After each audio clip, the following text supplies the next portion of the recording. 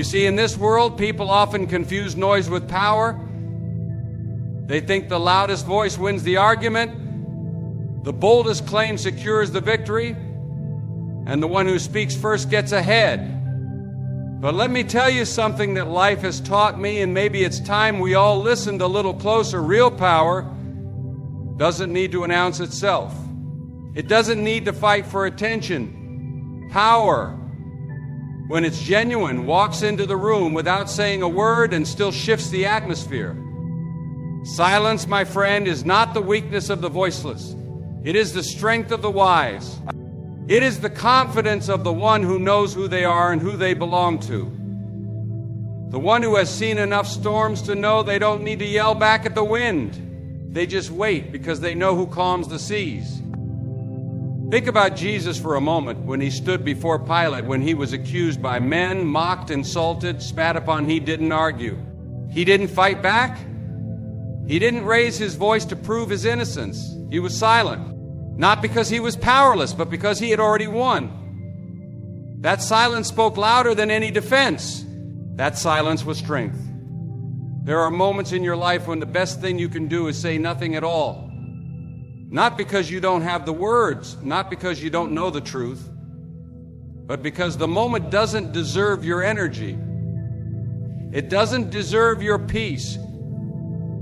You don't need to explain your calling to people who weren't in the room when God called you.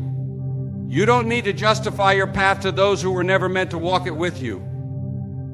Silence is a response. It's a response of maturity.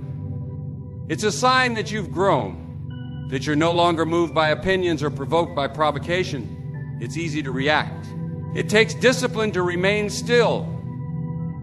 It's easy to argue. It takes character to walk away and let God do the talking for you. You see, when you're silent, you're not ignoring the storm. You're trusting that the storm doesn't have the final word. You're not letting people walk over you. You're letting God lift you above the noise. There's a difference. Because when you open your mouth at the wrong time, you can delay what God wants to do through you. But when you remain silent in faith, you give Him full control. And trust me, God never loses control. I want to tell someone listening right now, you don't have to raise your voice to raise your value. You don't have to argue to be understood. Sometimes the most powerful thing you can do is stay quiet and let God be your defender. Let your actions speak. Let your growth speak. Let your fruit speak. In fact, some of you are tired not because you're walking the wrong path, but because you're carrying too many conversations that were never yours to have. You're drained because you keep responding to things that are beneath your purpose. Not everything deserves your answer. Not every insult needs a reply. Sometimes silence is the only way to keep your spirit clean while the world throws dirt on your name. And let me tell you this, God hears what they say about you behind closed doors. He sees who's smiling in your face and speaking against you when you're not around. And if you stay silent, if you refuse to stoop down to their level, God will handle it. Oh yes, He will. He will make a table for you, not just in any place, but right there in the presence of your enemies. And you won't have to say a word. Your silence will be your vindication. There's a kind of peace that comes when you finally realize you don't owe anyone an explanation for the blessings God has placed over your life. People may question how you got there. They may wonder why God is opening doors for you. But they weren't there for the nights you cried. They didn't see the sacrifices you made. They didn't see the battles you fought in silence. So why waste your breath trying to convince them? Let them wonder. Let them talk. While they gossip, you grow. While they slander, you soar. While they're watching, keep walking. If you can master the discipline of silence, you will walk into rooms that your enemies said you'd never enter. You will receive blessings that the world said you didn't deserve. And when that happens, don't clap back. Don't throw shade. Don't say, I told you so, just smile. Just keep walking. Because that's what the silent do. They don't announce victory, they live it. So today, make up your mind. Stay silent not because you're weak, but because you're wise. Not because you're scared, but because you trust the one who fights your battles. Not because you don't know what to say, but because you know who speaks for you. Be silent and watch what God does next. Sometimes in life, it's not about what you say, it's about what you surrender. There are moments when God will call you into silence, not to punish you, but to prepare you. He'll ask you to step back, quiet your thoughts, and just trust Him. Because believe it or not, God often works the most when we speak the least. We live in a world that's loud. Everyone's talking, everyone's posting, everyone wants to be seen, to be heard, to be validated. But heaven doesn't respond to noise, it responds to faith. And real faith doesn't always speak. Sometimes real faith just listens. Real faith gets down on its knees in silence and whispers, God, I trust you even when I don't understand. There are blessings that are delayed not because you're not ready, but because your spirit is too distracted to hear the instructions. You can't follow divine direction if you're filling the room with your own opinions. And I'm here to tell you, some of the greatest breakthroughs you're praying for are waiting behind a quiet heart. Not a quiet life, no, life will always have movement. But a quiet heart, one that trusts, one that listens, one that doesn't need to rush God because it knows His timing is perfect. When was the last time you sat in silence, not scrolling, not talking, not planning, but just being in the presence of God? Some of the most powerful moments I've ever had in my walk with the Lord weren't during the shouting or the singing. They came in the stillness. That sacred hush where the world fades and your soul leans in. That's where God whispers the next step. That's where He corrects what your pride couldn't hear when you were too busy arguing. That's where He begins to heal what noise tried to hide. You see, when you're silent, you're not stepping away from the battle. You're stepping into God's presence. You're saying, Lord, I don't need to fight this my way. I'm done trying to fix what I can't control. I surrender it to you. And when you reach that place, God begins to move in ways you could never imagine. He opens doors you didn't even knock on. He clears paths you didn't see coming. He brings peace in situations where you thought you'd drown in anxiety. But it starts with silence. It starts with trust. Some of you have been talking too much to people and not enough to God. You've been explaining yourself, defending yourself, complaining, venting, trying to get others to understand what you're going through. But people can't fix what only God can heal. People can't carry what only God can lift. And the longer you keep running to noise, the longer you'll delay the answer that only comes in silence. There's a reason Jesus often withdrew from the crowds. He wasn't tired of healing. He wasn't avoiding people. He understood something we often forget. Silence with the Father refuels the soul. It resets the mind. It realigns the mission. You can't pour out if you're always surrounded by noise. Even the Savior had to be still to be strong. And I want to talk to the one who feels unheard right now, the one who's been praying, crying, asking, waiting, and still heaven seems quiet. You've been wondering, why isn't God answering me? But maybe the silence isn't absence, it's alignment. Maybe God isn't ignoring you. He's inviting you to stop talking long enough to listen. And if you'll lean in, you'll realize He's been speaking all along. Through closed doors, through delayed blessings, through things falling apart so something better can fall into place. It takes maturity to understand that God's silence doesn't mean He stopped working. Sometimes the greatest miracles are formed in the dark. The seed in the soil makes no sound, yet it grows.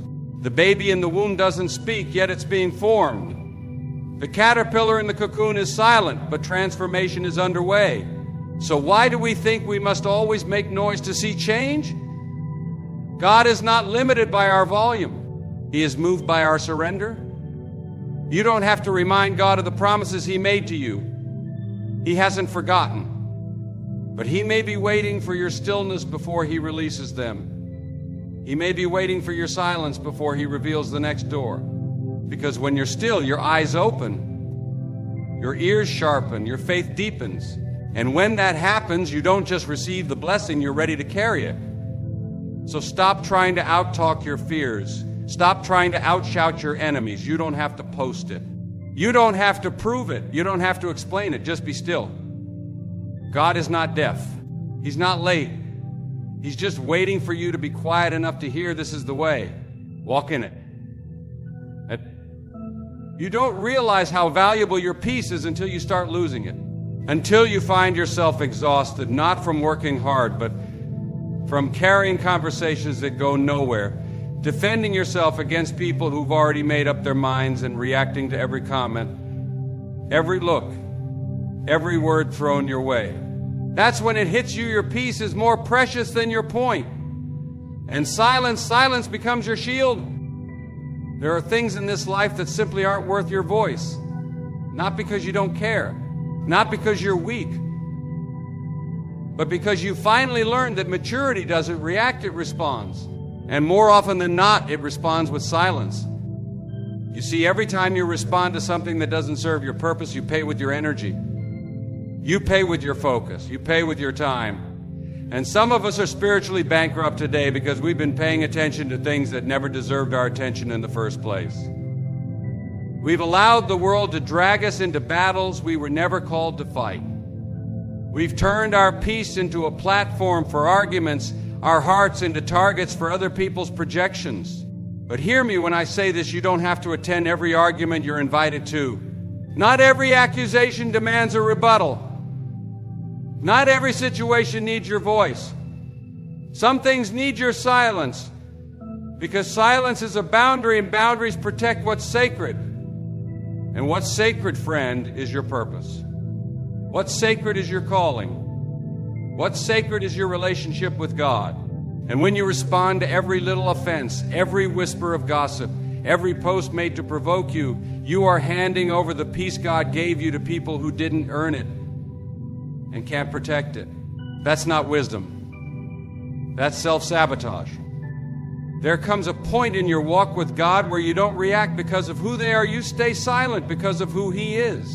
Because you know that the battle isn't yours, the burden isn't yours, the outcome isn't yours to control. All you have to do is stand still, hold your peace, and let the Lord fight for you. There is a beautiful verse that says, "In quietness and trust shall be your strength." That's not just poetic, it's practical. When you stop chasing noise, stop explaining yourself, stop reacting to every push and pull from the outside world, you find something deep inside. Strength, clarity, peace that doesn't come from your surroundings, it comes from your surrender. And I know it's not easy. It's not easy to stay silent when you're misunderstood. It's not easy to hold your tongue when someone is lying on your name. It's not easy to walk away when you know you could prove your point. But listen, God isn't calling you to win arguments. He's calling you to win the war within. He's not asking you to be right in their eyes. He's asking you to be righteous in His. That means you don't need to explain why you walked away from certain people. You don't need to justify why you're not answering every message. You don't owe anyone an explanation for protecting your peace. Sometimes the best thing you can do is smile, say nothing, and keep walking. Because your silence is your growth. Your silence is your healing. Your silence is your strength. Let them talk, let them assume, let them misunderstand, because the truth is they talked about Jesus too. And still He fulfilled His purpose. Still He rose. Still He changed the world. Not with arguments, but with obedience. Not with noise, but with presence. And if He can stay silent in front of His accusers, knowing who He was, so can you.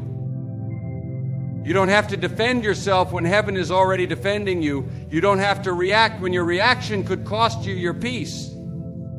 Just because they're loud doesn't mean they're right. And just because you're quiet doesn't mean you're weak.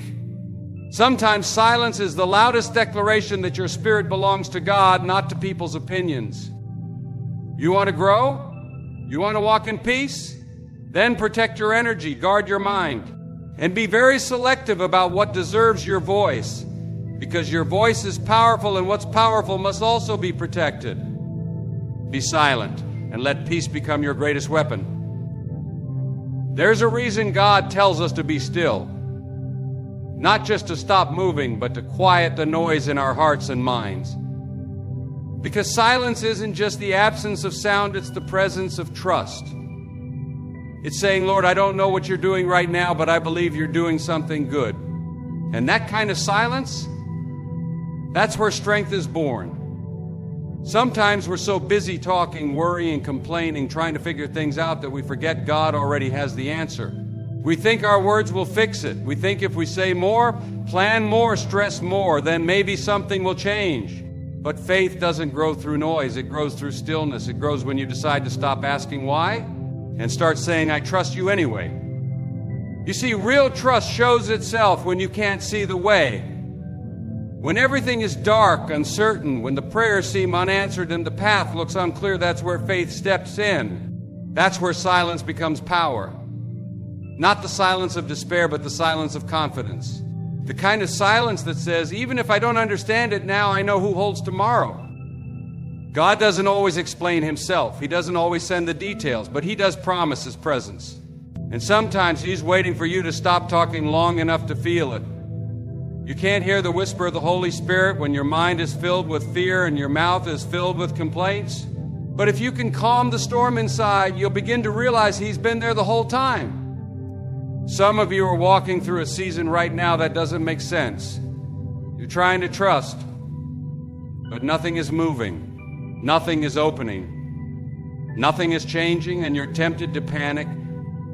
You're tempted to go back, to compromise, to say something, to do something, anything to make something happen. But sometimes the most powerful thing you can do is nothing. Just stand still. Just trust. Just be silent and let God be God. Think about the children of Israel standing at the edge of the Red Sea. The enemy behind them, the water in front of them. No way forward, no way back. And what did God say? Stand still and see the salvation of the Lord. He didn't tell them to build a boat. He didn't tell them to run. He told them to stand, to be still, to trust. And the moment they obeyed, the sea split wide open. That's the kind of God we serve. The kind who makes a way where there is no way. But he doesn't always move when we speak. Sometimes he moves when we stop speaking, when we stop panicking, when we stop trying to be in control, when we finally say, God, I surrender this completely to you.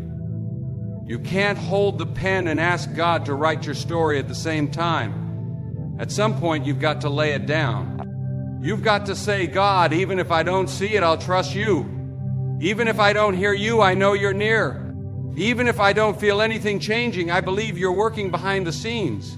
That kind of trust, quiet, deep, unwavering, is what moves heaven. It's easy to say we trust God when everything is going well. It's easy to have faith when the blessings are flowing and the doors are opening. But what about when the door stays shut? What about when the answer is delayed? What about when you're met with silence? That's when true trust is tested. And that's when silence becomes your strength. Because trust doesn't always shout. Sometimes it just waits, quietly, humbly, without needing to know the timeline. Without demanding an explanation. It just waits because it knows that God is too faithful to fail, too good to forget, and too wise to make a mistake. Don't let the silence scare you. Don't let the delay make you doubt. God hasn't left you. He hasn't forgotten you. He's just building something in you. He's teaching you to walk by faith and not by sight. He's teaching you that you don't need answers, you just need Him. And one day when the silence breaks and the blessing comes, you'll realize it was worth the wait. You'll look back and thank God that He didn't let you rush, that He didn't answer too soon, that He held you in that quiet place until your heart was ready to receive what your words couldn't have handled. So trust Him. Trust Him in the silence. Trust Him when it doesn't make sense. Trust Him when everything in you wants to panic. Because sometimes the loudest faith is the quietest heart. Be silent. And let your trust speak louder than your words. There comes a time in your life when God starts shifting the people around you. And if you're not careful, you'll think it's punishment when it's really preparation. You'll think you're being rejected when you're actually being protected. And in moments like that, silence becomes more than a posture, it becomes your survival. You see, not everyone who starts with you is meant to finish with you. Not everyone who applauds you in one season will walk with you into the next. And sometimes the most painful part of growth is outgrowing the people you thought you'd never have to live without. But hear me, you don't have to announce it. You don't have to explain it. You don't even have to defend it. Be silent and let God do the separating. Some relationships are seasonal. Some friendships were only meant to last for a chapter, not the whole book. And when God starts turning the page, it's not your job to cling to characters who don't belong in your next scene. You don't need closure when you have peace. You don't need revenge when you've been released. You don't need to chase people who walked away when God is calling you forward. But the flesh wants answers, doesn't it? We want to know why they changed, why they left, why they lied, why they treated us that way. And we want to speak up. We want to expose the betrayal, confront the dishonor, explain ourselves, defend our name. But friend, silence is not weakness, it's wisdom. It's trusting that what God reveals in time is far more powerful than anything you could say right now. You don't need to broadcast the pain they caused. You don't need to drag their name through the mud. God saw it all. He heard the conversations behind your back. He watched the doors they tried to close. He witnessed the manipulation, the gossip, the sabotage, but he also said, vengeance is mine, not yours, not your mouth, not your emotions, his. And when you hand the battle over to him, silence becomes your weapon. There's a silence that speaks louder than words, a silence that confuses the enemy, a silence that says, I know who I am, I know who I belong to, and I don't have to fight for a seat at any table because God prepares one for me in the presence of my enemies. When you walk in that kind of silence, you're walking in divine confidence, not because you're perfect, but because you're protected. And sometimes the people who walked away had to leave so you could hear God's voice more clearly. Sometimes the betrayal had to happen so your heart could be purified. Sometimes the silence was necessary because their noise was drowning out your discernment. And when God removes someone from your life, he doesn't need your permission, just your obedience. We don't always understand it at the moment. We don't always see the purpose in the pain. But one day you'll look back and realize that God was saving you. Saving your time, saving your destiny, saving your soul. Some of the people he took away weren't just distractions, they were delays. And in his mercy, he made space for your purpose to breathe. Don't try to reopen a door that God closed. Don't try to explain yourself to people committed to misunderstanding you. Don't try to hold on to those who've already let go. The more you defend yourself, the more drained you'll become. But when you stay silent, when you surrender the hurt, when you trust God to handle what's behind the scenes, he does something beautiful. He restores you without your help. That's when healing comes. Not when you win the argument, not when you post the truth, not when they finally say sorry. Healing comes when you can sit in silence and still feel the presence of God. Healing comes when you can walk away without bitterness, when you can bless them in your prayers even if they cursed you with their words. That kind of peace isn't man-made, it's God-given. And maybe you're there right now. Maybe you're trying to make sense of a sudden separation. Maybe your heart is aching over people you love deeply. Maybe you're tempted to speak up, to clear the air, to prove your innocence. But let me tell you, there's more strength in your silence than in your defense. Because the God who sees in secret will reward you openly. And when he does, no lie, no rumor, no betrayal can stop what he has planned for your life. Be silent and let God remove who he needs to remove so he can make room for what he's about to do. There's something sacred about silence when it's rooted in surrender, not the silence of defeat or fear, but the kind that says, Lord, I've said all I can say. I've tried all I can try. Now I'm letting go and I'm letting you take over. That's when miracles start to happen, when you fight harder, but when you finally lay your weapons down. Life will stretch you. It'll test your patience. There'll be moments when everything feels delayed, your dreams, your prayers, your healing. And in those moments, silence becomes the soil where patience and trust grow. Because sometimes God's greatest works are not seen in the noise of progress, but in the quiet of waiting. You may be praying for something right now and it feels like heaven is silent. No sign, no answer, no change. But just because you hear nothing doesn't mean God is doing nothing. His silence is not absence, it's preparation. God does some of his deepest work in the quiet. He shapes character in the waiting. He tests motives in the stillness. He purifies desires in the delay. And here's the truth. Waiting in silence doesn't mean doing nothing. It means doing the hard work of trusting. It means showing up every day with faith, even when there's no evidence. It means choosing hope when doubt is screaming louder. It means resting in the promise, not wrestling with the process. You see, when you learn to be silent in the face of delay, you begin to walk by faith and not by sight. You stop needing instant results. You stop needing applause or recognition. You stop needing everything to make sense.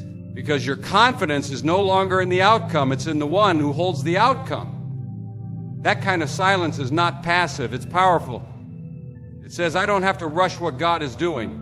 I don't have to beg for what's already mine. I don't have to manipulate a door that's not ready to open. If God said it, then I'll stand on it, even if I have to wait quietly in the hallway for a while. And let me tell you something, the hallway can be holy ground. That place between promise and fulfillment is where your roots grow deep. It's where your pride dies. It's where your faith matures. Some of the most anointed men and women didn't find God on the mountaintop. They found him in the silence of delay. Look at Joseph in prison, David in the wilderness, Moses in the desert, even Jesus in the tomb. All of them faced seasons of silence. All of them endured divine delays. And yet, in each of their stories, God was not late.